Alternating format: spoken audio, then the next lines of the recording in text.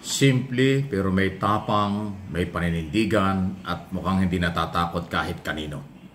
Ito po ang pwede kong masabi at pagdidescribe kay Police Major General Nicolas Torre III ng PNP, Director ng Criminal Investigation Detective Group o CIDG.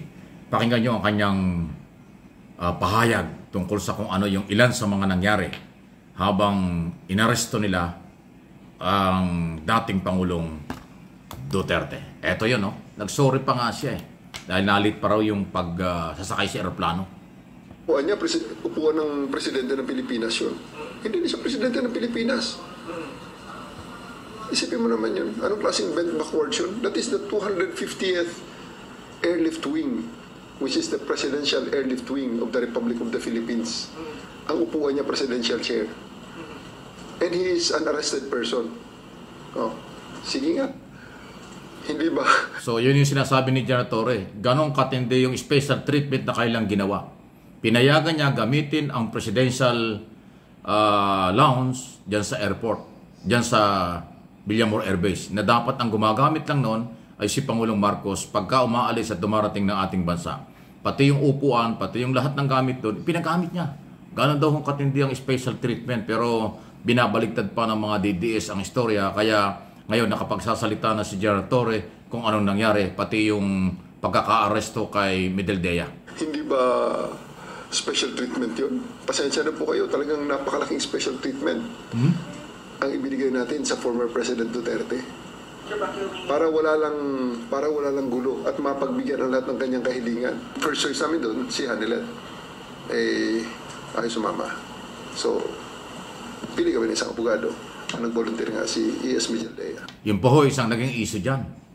Bakit hindi sinamahan ni Hanilet si dating Pangulong Duterte? Siya yung nasa manifesto, nakasamang bibiyahe from Villamor Air Base patungo ng Netherlands. Pero tumanggi, hindi daw sumama si Hanilet. At ang katwiran, wala daw siyang passport.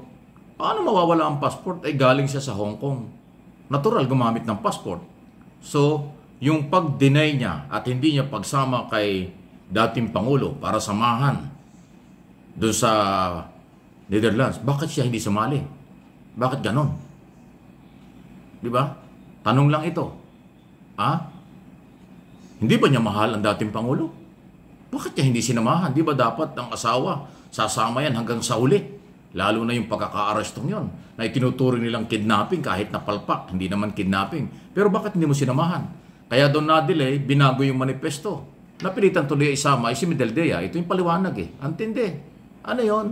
Bakit nagkaganon? Pili kami ng isang abogado. Nag-volunteer nga si E.S. Medeldea. Kaya nga, na-delay pa yun. Kasi nga, nagpalit pa ng manifest. Nagpalit ng manifest dahil ang nakasulat sa manifest si Hanilet The CIDG hopes some personalities will adhere to their promise to surrender to the ICC if an arrest warrant is issued against them. Jeff Caparas, yun yung mga nangyari. Yun yung mga nangyari pong hindi maganda.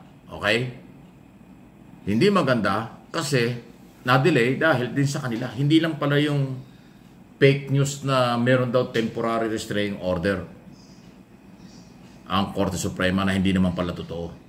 Kung hindi yung pagpapalit ng manifesto dahil si Hanilet, yung kanyang common law wife, ay ayaw sumama. Yan ang tanong ngayon. Kayong mga DDS, kayong mga Duterte, sa huling pagkakataon na mas kailangan ni Duterte na siya may kasamang mag-aalaga sa kanya dahil may sakit siya. Sabi niyo, may sakit, mahina, may edad. O bakit yung asawa? Yung common law wife, ba't hindi sumama? Ayaw nga Kaya daw napilitang mag-volunteer si Medeldea na siya na lang. May intriga pa dyan. Ano yun? Anong ibig sabihin niya? So ikaw ngayon, Hanilet, magpaliwanag ka ngayon sa mga Duterte at mga followers ng mga Duterte, yung DDS. Bakit hindi mo sinamahan? Ay ikaw yung itinuturing na membro ng pamilya ng mga panahong yun. Okay? Yan na yun So kinumpirma rin po ni General Torres yun nga pong pananakit ni Hanilet, pagpalo ng cellphone doon sa ulo ng isang pulis na talagang lumaki ang bukol sa ulo. At yung kanyang mismong pag-aresto dahil talagang hindi na daw niya matiis ang sobrang parang obstruction of justice na ginagawa ni Salvador Medaldea. Kaya kanyang sinabihan, obstruction of justice, you are under arrest dahil hinaharang mo itong warrant of arrest. Kaya napusasan. Ayun ho, ang nangyari.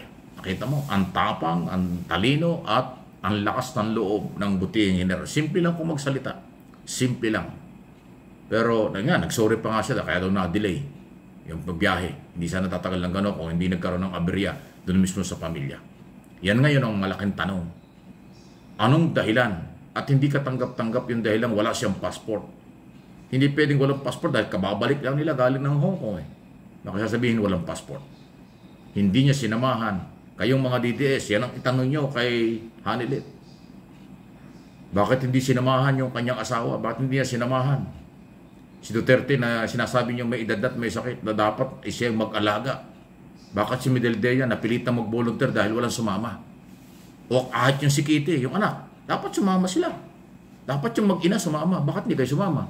Bakit hindi niyo sinamahan hanggang sa huling pagkakataon ang dating Pangulo? May mga DDS supporters na gustong-gustong makita si Digong. Gustong-gustong lapitan si Digong. Pero kayo naman nandoon na, kasama kayo, dapat kayo volunteer sumama, imiwas pa kayo. At yung katuwiran walang pasaporte, ay isang napakalaking kalokohan. Sabi nga ni General Torre, paano wala yung passport mo? Galing ka sa Hong Kong, alam mo, wala kang passport. So yan, yun ang dahilan kung bakit walang immediate family na dumating doon. Kaya siguro, yun ang dahilan kung bakit voluntary na nagpunta sa Netherlands yung magkapatid naman, yung original na anak, si Sara Duterte, Vice President, at si Pulong Duterte. Nang ibabaw yung dugo ng tunay na mga anak. O yan, ano inyong masasabi dyan? Wow.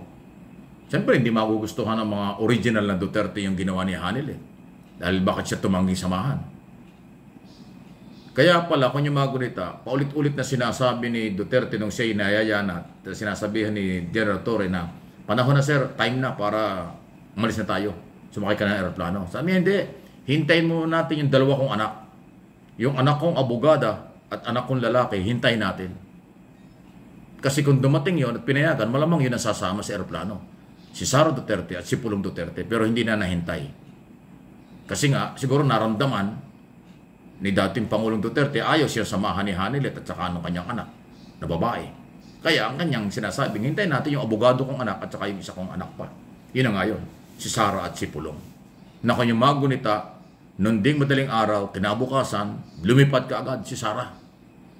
At nandoon na.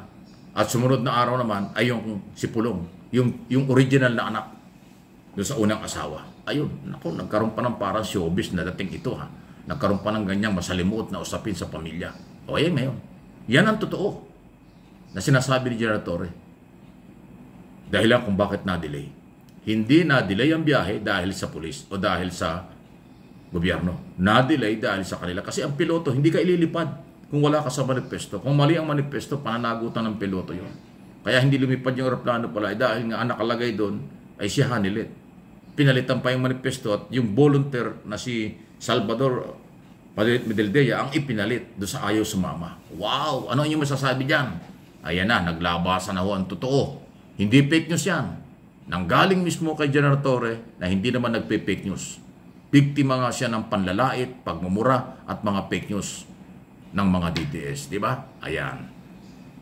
Please, like and share ng video. Okay? At kung hindi pa, mag-subscribe. Thank you.